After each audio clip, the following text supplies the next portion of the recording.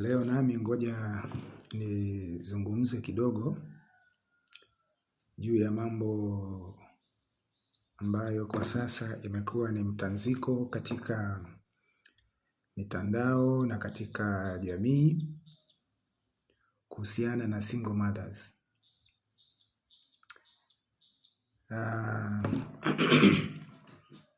Si kila single mother amekuwa single mother kwa sababu mbaya kama ambavyo tunazitazama katika jamii na kuzisema katika mitandao. Nipende siku ya leo kuwaeleza ya kwamba kuna sababu ziko nyingi. Mimi binafsi katika utumishi, mimi ni mchungaji, lakini pia ni mshauri nasaha. Katika kazi hii nimejifunza mambo mengi sana na yameninyenyekeza sana, kiasi cha kunifanya nisiwe mwepesi kuhukumu haraka kwa mambo ambayo ninayaona. Kuna sababu kama 10 hivi ambazo ni sababu chanya. Siku moja nitakuja nieleze pia sababu ambazo ni hasi zinazopelekea hawa wanawake kuwa single mothers. Sababu namba 1 ni sababu ambayo inaeleweka. Kuna wengine ni single mothers kwa sababu waume zao walikwisha kufariki. Haipingiki. Waume zao walikwisha kufariki. Kwa hiyo ni single mothers, wanapambana na maisha hapa na pale, kutunza watoto wao, kuhakikisha watoto wao wanasoma, wanafikia njozi fulani ambazo weza walizipanga wao pamoja. Lakini pia kuna sababu nyingine. Kuna wengine walitelekezwa na waume zao kwa sababu mbalimbali. Kuna wengine unakuta ni wanaume tu, tamaa. Mume akaamua kuacha mke huyu akaenda kuoa mwanamke mwingine kwa tamaa zake binafsi. Maana pia kuna wanaume wenye tamaa.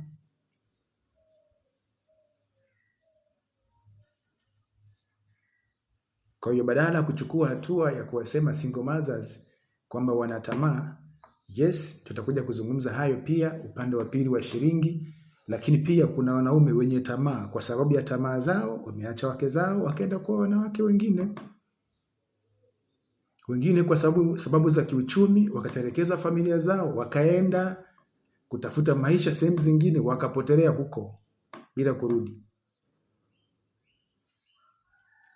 Nina ushahidi pia katika ukoo wetu. Kuna ndugu yetu mmoja ambaye alimtelekeza mke wake, yapata miaka 30 sasa. Watoto ni wakubwa kabisa, miaka 30. Toka mwaka 95 mpaka leo. Na mke hana kosa lolote, hakuna chochote. Lakini zaidi sisi wana ndugu tunajua ya kwamba yule mwenzetu kuna maana alipunguka. Lakini yupo, hatujai kusikia kwamba na mtu yoyote wala kusingiziwa michepuko na kitu chochote kile. Yupo anatunza watoto wake mpaka leo. Na mwanaume hajaonekana mpaka leo. Katika jamii waweza kusema huyu huyu single mother amelaaniwa. Lakini si kweli. Sababu zingine zinatokana na wanaume. Lakini pia kuna sababu nyingine, kuna kipigo hatarishi na kutishiwa kuuawa. Kuna wanaume ambao ni makatili, wanapiga wake zao na ili hali makosa ni yao wenyewe.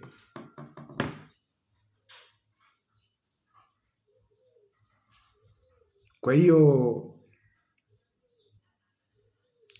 tuyatazame pia kwa mapana na marefu mambo haya. Kipigo hatarishi na kutishia kuuawa ni vitu ambavyo hata serikali imekuwa ikiingilia kati katika vitengo mbalimbali, katika vyombo mbalimbali ambavyo imeviweka ili kuweka mambo haya yakae sawa. Kwa hiyo tulitazame pia hilo. Kuna kitu kingine, kunyanyaswa kingono.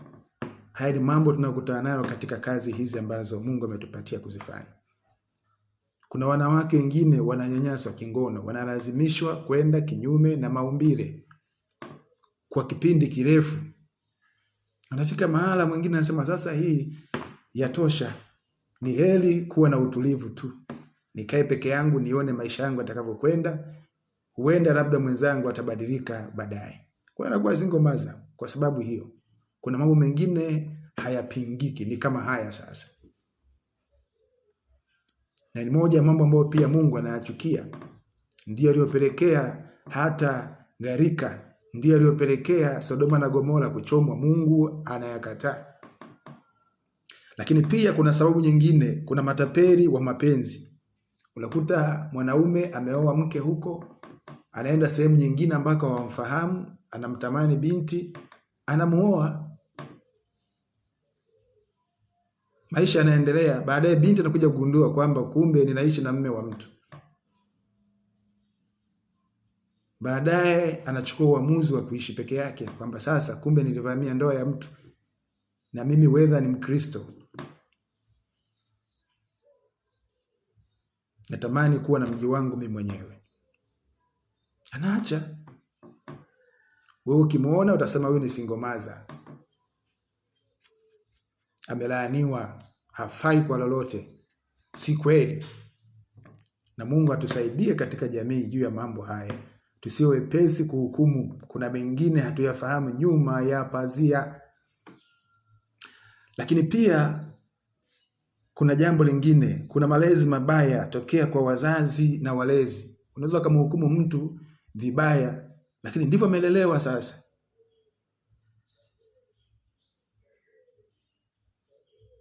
Amelelewa katika namna hiyo.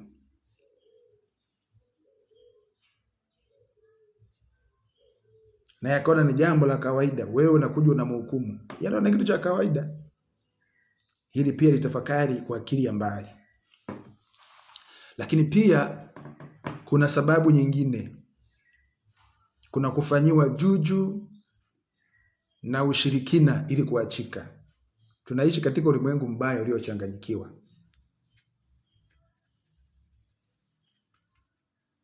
Kuna watu nakuta wanaishi, wako pamoja, wameoana, wanaishi vizuri kwa amani, mafanikio tele, wanapiga hatua, wanafanya vitu vya maendeleo, wajenga nyumba, wananunua magari, wanasomesha watoto, wanafanya vitu fulani, miradi mbalimbali.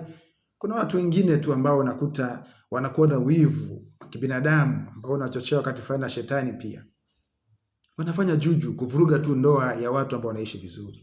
Kuna wanawake wengine unakuta anapambana na vuruga ndoa ya mtu kishirikina ili kwamba aweze kuingia hapo. Au tu mambo yaharibike. Ndio furaha, tunaishi katika ulimwengu huo. Lakini pia jambo lingine la 8 ni mikosi ya kiukoo na familia inayotokana na pepo mchafu kuivuruga familia na ukoo kama matokeo ya wazazi kujihusisha na umizimu na ushirikina. Kuna koo zingine unakuta mababu walikuwa wanaabudu siku kwenye mawe wapi huko, wanapiga dua huko, wanamwabudu shetani, wanafanya mambo ya umizimu, na ambayo mpaka leo wakati fulani yanaendelea, na mimi pia nayakemea sana. Matokeo inakuwa ni kwa watoto wanaofuata, maana tayari wazazi wanakuwa wamefungua mlango wa shetani kufanya mambo yake katika familia na ukoo. Na mara nyingi shetani huwa avamii tu hivi, ukimpa nafasi anaingia, anafanya uharibifu. Hujai kuona kwamba wakati fulani unakuta shangazi, singomaza, nani iko hivyo, unaona huo pepo na kwenda hivyo. Kuna nguvu ambayo inatenda kazi juu ya uwezo wa hawa watu kumudu kibinadamu. Wanajikuta tu wapo katika hali hizo. Anaishi na mume wake vizuri, baadaye anajikuta tu yuko katika hali hiyo. Lakini jambo lingine la 9 ni magonjwa ya zinaa. Unakuta mwanamke wa watu yuko hapo na watoto wake, ni mwaminifu, na watunza watoto, anaishi vizuri, yuko hapo. Mwanaume ni kiruka njia, anapambana na michepuko huko, tembea huku na kule, mitaa na kata mbuga huku na kule, tembea na wanawake huku, tembea kisafiri huku na mwanamke yuko huku na kule. Mara hiyo imetokea, akapata magonjwa ya zinaa huku, na mwanamke anagundua mapema, yeye yuko salama, mwanaume yuko hivyo. Anasema kwa kweli mimi siwezi kuendelea kuishi na mwanaume ambaye ni mzinzi na mwasherati. Siwezi kuendelea na mwanaume ambaye ana magonjwa. Anachukua hatua ya kuweza kuishi peke yake, iza kulea na watoto, na na uwezo wa kujimudu hivyo. Sasa wewe utamuona pembeni huko, unasema ni single mother, amelaaniwa, ili hali anakutana na mazingira kama hayo. Jiweke kwenye viatu vyake. Jiweke kwenye viatu vyake. Lakini pia jambo la mwisho ni hili, ni mikakati ya shetani. Ni jambo la 10. Ni mikakati ya shetani kuhakikisha anavuruga taasisi ya ndoa na mahusiano katika ulimwengu huu. Na ameanza tangu muda mrefu, na ni jambo ambalo atakuja kulidumisha kwa nguvu nyingi sana kwa kadri tunavyoelekea mwisho wakati. Hii dunia inakoelekea ni kama vile Sodoma na Gomora, ni kama vile kipindi kile cha gharika, kipindi kile cha kabla ya gharika, antediluvians, kipindi cha kina Nuhu. Mambo haya machafu yaliendelea, na sasa shetani anaendelea kuyachochea hivyo, kuvuruga, kufanya ulimwengu ufikie mahali pabaya. Kwa hiyo tunapaswa kuwa chonjo sana. Ukiona ndoa yoyote napata shida, usihangaike kwanza kuwatuhumu watu na vitu vingine. Nyuma ya pazia yupo shetani, ameweka mikakati ya kila namna. Hakuna nyumba duniani kote ambayo yuko salama. Shetani yuko hapo, mapepo yako hapo, vikosi na vikosi viko vimetawanywa kila sehemu. Ndio mission ya shetani duniani kote. Kwenye kila korido ya nyumba, kwenye kila nyumba, shetani yupo na majeshi yake, anatenda kazi kuhakikisha kila nyumba inasambaratika kabisa kabisa kabisa kabisa, inaharibika kabisa kabisa, na kuleta uchungu duniani kote. Watoto wawe na huzuni, wazazi wawe na huzuni, wasiwe na furaha. Hizo ni sababu za shetani, ni mikakati ya shetani. Kwa hiyo wakati fulani, sababu nyingi sana zinazotokana na usingomaza na mengine mengi, lawama zote tumpatie shetani.